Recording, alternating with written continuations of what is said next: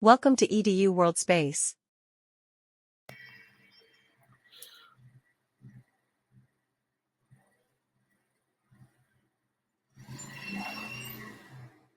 For the rod along the y-axis, the moment of inertia is 1/3 ml squared.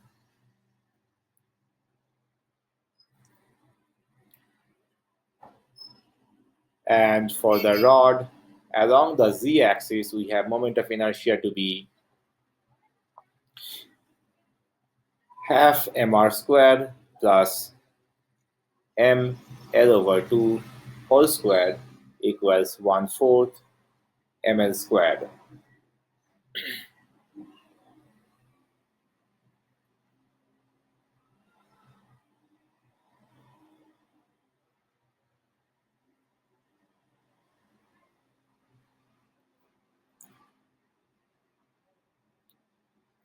Now,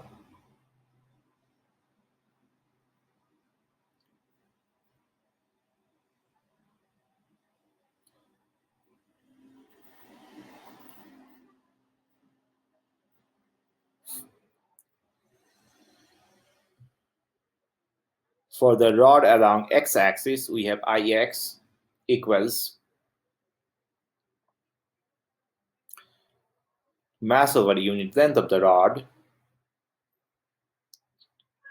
times x squared dx, and we have to use plus L squared over 4. We have to integrate this from negative L/2 to positive L/2, which will come out as mL squared over 4.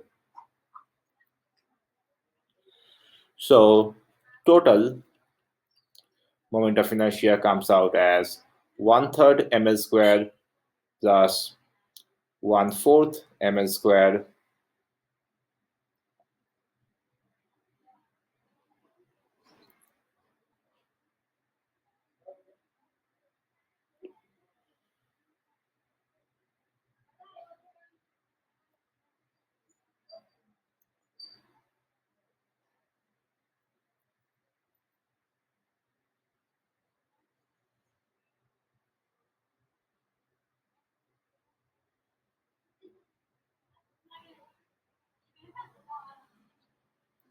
plus 1/3 ml squared equals 11/12 ml squared.